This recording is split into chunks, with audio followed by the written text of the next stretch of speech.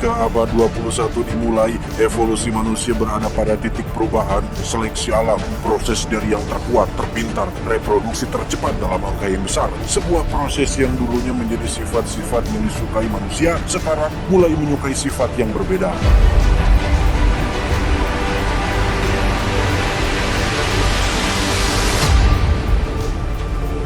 Dulu, kebanyakan ilmuwan memprediksi bahwa masa depan akan menjadi lebih beradab, lebih pintar, lebih sopan, santun, dan damai. Faktanya, sebagian dari generasi muda saat ini banyak yang berpakaian seenaknya, melenggak-lenggokkan tubuhnya untuk dikonsumsi semua orang yang bukan muhrimnya. Banyak kasus murid melawan guru, bahkan tidak sedikit yang sampai berani melakukan kekerasan kepada yang lebih tua, sehingga bisa disimpulkan bahwa evolusi tidak selalu menambah kecerdasan.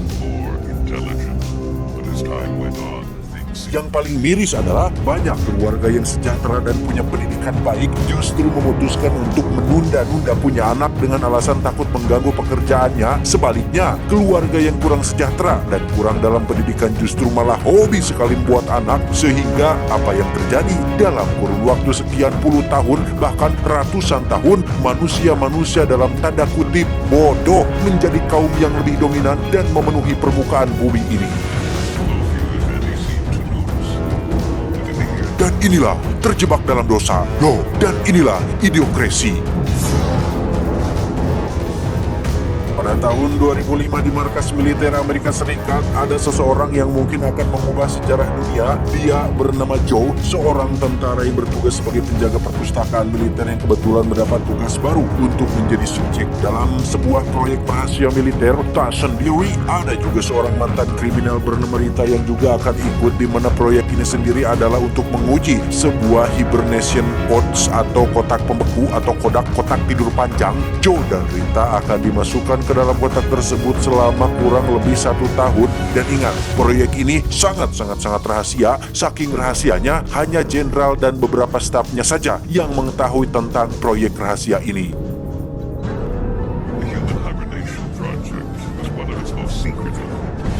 Belum 1 tahun acan, proyek ini harus tenggelam bersamaan dengan ditangkapnya sang jenderal berikut para stafnya gara-gara kasus korupsi dana kaos kaki militer, sehingga Joe dan Rita harus terlupakan dengan diruntuhkannya gedung fasilitas rahasia tersebut. Seiring berjalannya waktu, kecerdasan manusia semakin lama semakin menurun, bahkan mencapai tingkatan terendah dari kecerdasan seekor burung Galapagos, sehingga coba tebak apa yang terjadi. Permasalahan dasar seperti sampah sulit untuk mereka pecahkan karena para pemikir dan ilmuwan sibuk mencari cara untuk mencegah kerontokan dan mempertahankan ereksi supaya tahan lama.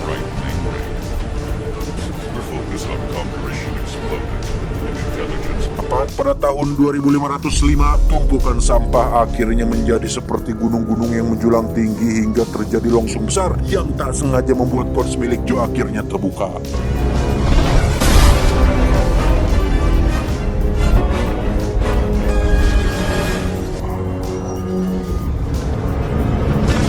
Sampai sini, Joe masih belum menyadari sedang berada di tahun berapa. Bahasa yang digunakan masih bahasa Inggris, tetapi lebih kegerenyeman atau terdengar seperti menggumam. Bahkan rumah sakit yang seharusnya bersih dan terawat nampak seperti gedung tak terurus dengan para pasien yang sama tak terurusnya.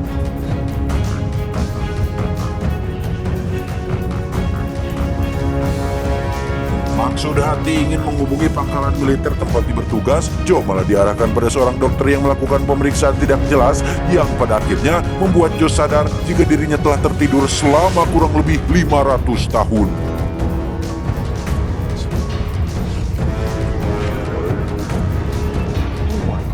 Dan ya, Joe berada di tahun 2505 ketika dunia sedang mengalami krisis ekonomi, krisis sandang pangan, dan segalanya. Bahkan film yang dianggap terbaik dan berhak mendapatkan piala Oscar tahun ini adalah sebuah film yang hanya menampilkan bujur atau pantat seseorang yang berdurasi 2 jam tanpa henti. Perlu diingat bahwa semua orang di tahun ini memiliki identitas masing-masing berupa tato pada lengan mereka, sehingga ketika Joe diketahui tidak punya itu, maka dia pun ditangkap oleh polisi dan langsung menjalani persidangan dengan hakim dan para saksi yang tidak kalah bodohnya.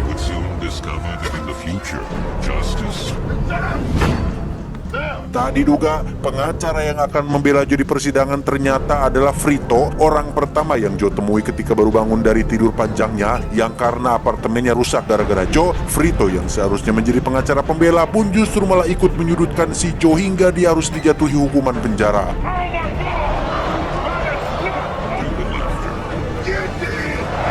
Di sisi lain, Rita, sang wanita kriminal rupanya sudah bangun lebih dulu yang karena di zamannya dia berasal dari lingkungan yang kurang berpendidikan, maka Rita tidak terlalu sulit untuk beradaptasi atau nyambung dengan orang-orang di tahun bodoh di tahun ini yang justru membuat Rita mendapatkan pundi-pundi rupiah, dolar dari hasil menipu orang yang ditemuinya. Kembali ke Joe yang sedang diberikan tato identitas yang karena komputer di tahun ini sama lemotnya dengan semua orang, maka Joe kesulitan mengatakan nama aslinya dan justru harus diberi nama not sure atau tidak yakin gara-gara Joe yang kesulitan memahami instruksi dari komputernya. Sebelum dijebloskan ke dalam sel, Joe harus menjalani tes IQ untuk melengkapi data identitasnya yang dikira harus menjawab pertanyaan sulit seperti apa rumus Pitagoras, tahun berapa Pak Jokowi lahir, berapa cucu Nabi Adam, atau berapa jarak antara planet bumi dan matahari. Ternyata pertanyaannya tidak sesulit dan serumit itu. Justru tes ini nampak seperti tes untuk anak kecil, bahkan balita seperti Cipung pun sanggup untuk melewati tes ini dengan sangat-sangat mudah.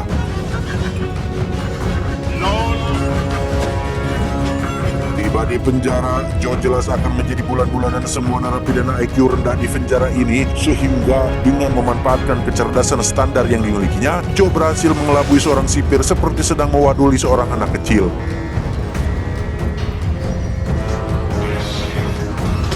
Tidak pergi untuk cari tempat sembunyi, Joe justru mendatangi apartemen milik Frito, si pengacara, untuk memohon bantuannya, di mana Joe meyakini bahwa dirinya terjebak di tahun ini gara-gara tak sengaja masuk mesin waktu yang dibuat oleh militer. Karena ini adalah masa depan, Joe percaya bahwa mesin waktu pasti sudah berhasil diciptakan dan bukan apa sih namanya benda atau mesin yang aneh lagi, yang asing lagi, di mana Frito mengiyakan hal tersebut dan tahu di mana lokasi mesin waktunya, sehingga Joe mengiming-imingi sejumlah uang agar Frito mau mengantarkannya ke lokasi mesin waktu tersebut.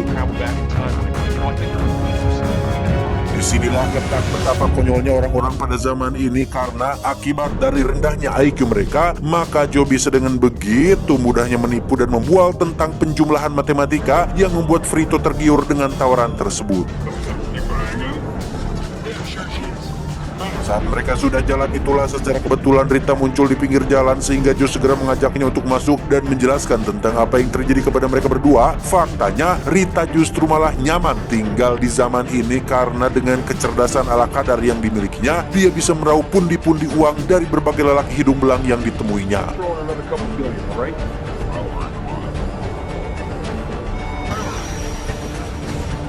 Dan ya, tepat saat mobil Frito mogok, muncullah beberapa petugas kepolisian yang datang untuk menangkap Joe, di mana aksi penggerebekan dan penangkapan ini sangat amat belegung sekali. Saking belegungnya, salah satu polisi bahkan salah mengarahkan bazukanya yang justru malah menimbulkan kecelakaan pesawat.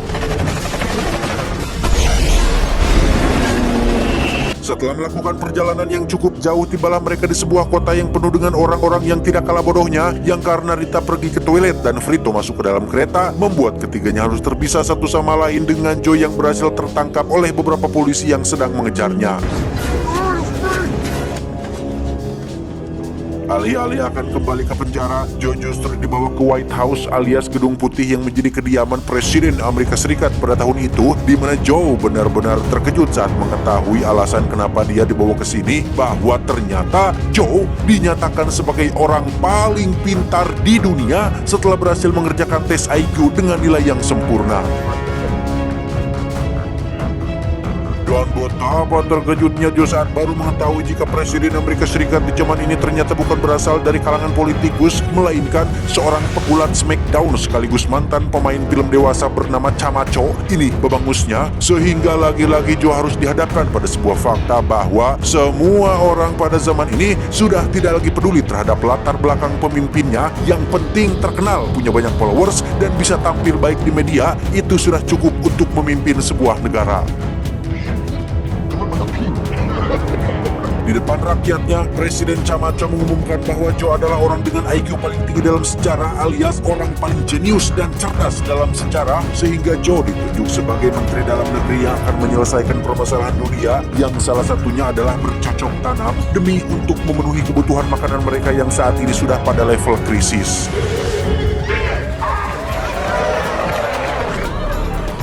Karena ditawari imbalan kebebasan, Joe terpaksa menerima jabatan tersebut meski sedikit pun tidak tahu menahu tentang dunia agraris dan belum pernah kuliah di Fakultas Pertanian Unsil. Joe hanyalah seorang pria biasa dengan kecerdasan biasa yang hanya kebetulan terjebak bersama dengan orang-orang yang bodoh.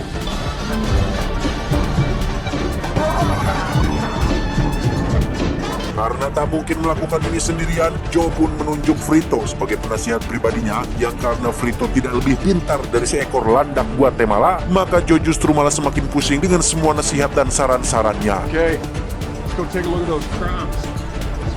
Tak hanya Frito, Joe juga meminta Rita untuk dijadikan penasihat keduanya, yang mana ini adalah bagian dari rencana Joe untuk bisa kabur ke lokasi mesin waktu bermodalkan peta yang dibuat oleh si Frito. Namun karena petanya tidak jelas dan tidak pararuguh, maka Joe dan Rita pun membatalkan rencana tersebut. Kembali ke masalah krisis tanaman, Joe melihat bahwa hamparan ladang luas ini sudah mengalami kekeringan selama bertahun-tahun lamanya, yang sudah pasti penyebabnya adalah kekurangan air. Ternyata air yang digunakan untuk menyiram ladang ini adalah minuman merek Brando alias minuman elektrolit atau sejenis minuman olahraga seperti Ponari Sweat, Mijue, Extra Boss, dan lain-lain yang diproduksi oleh sebuah perusahaan minuman raksasa yang memang menjadi minuman sehari-hari masyarakat pada zaman ini. Saking bodohnya mereka, air mineral justru adalah air yang menjijikan dan hanya digunakan untuk menyiram di toilet. Sungguh luar biasa kebelegugan mereka semua.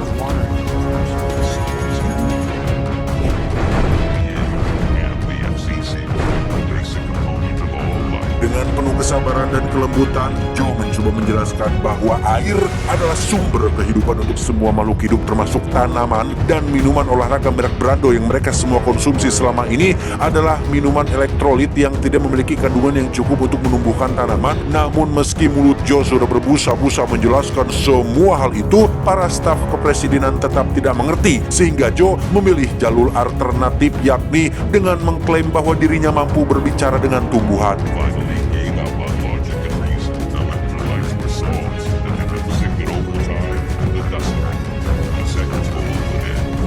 Akibat dari keputusan Joe tersebut, seluruh karyawan perusahaan Brown Dow pun melakukan demonstrasi di depan Gedung Putih untuk menyuarakan tentang keputusan Joe yang sudah menyebabkan banyak dari mereka dipecat oleh perusahaan, sehingga Joe akhirnya disalahkan atas kekacauan yang sedang terjadi.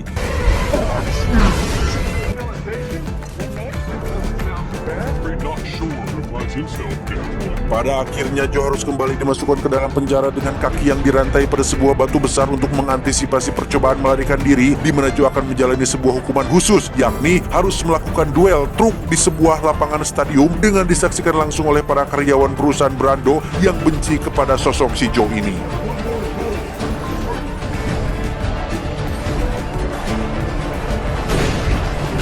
Yang menarik adalah Joe akan melawan 2 truk penghancur beserta 1 truk raksasa yang ukurannya terlalu besar, saking besarnya bahkan menghancurkan stadium ini. Sedangkan truk yang akan Joe kendarai sendiri merupakan mobil biasa dengan senjata yang diambil dari mainan kesukaannya Mbak Mia Khalifa, sehingga akan cukup sulit bagi Joe untuk menghadapi masalah yang satu ini, terlebih lagi ketika batu yang mengikat kakinya harus dibawa tepat di atas mobilnya.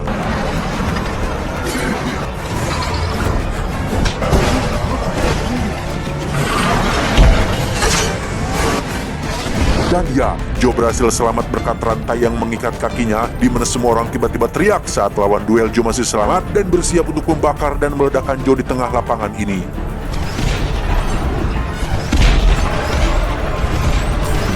Di tempat lain, Rita dan Frito nampak kasihan melihat nasib Joe yang harus menjadi bulan-bulanan semua orang yang ada di kota, di mana Rita tak sengaja melihat satu tanaman yang tumbuh tepat di pengarangan rumahnya, sehingga mereka berdua segera meluncur ke stadion untuk memberitahu Presiden Camacho tentang keberhasilan ini.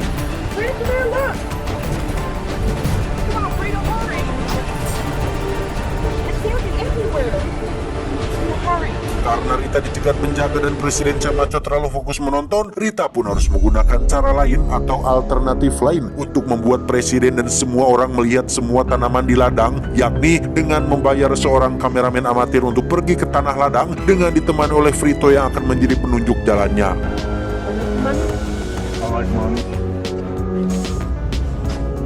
Kembali ke Joe yang masih dikejar oleh lawan duelnya, dia melihat sebuah kesempatan untuk bisa selamat, yaitu dengan meraih sebuah mic dan mencoba untuk berpidato di depan khalayak ramai. Everyone, just take it easy, okay? Dengan pemilihan kata yang tepat, nada yang tegas, kalimat yang jelas dan lugas, Joe berharap bisa menginfluence dan membuat haru orang-orang yang mendengar pidatonya.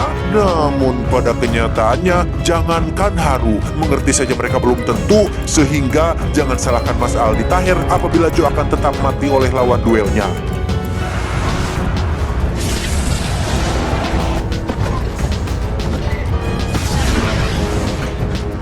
Ya, Presiden Camacho pun menyelamatkan nyawa Joe setelah Rita dan kawan-kawan berhasil menampilkan tanamannya di layar kaca, sehingga Joe akhirnya dibebaskan dari tuduhan dan menjadi pahlawan untuk semua rakyat Amerika Serikat.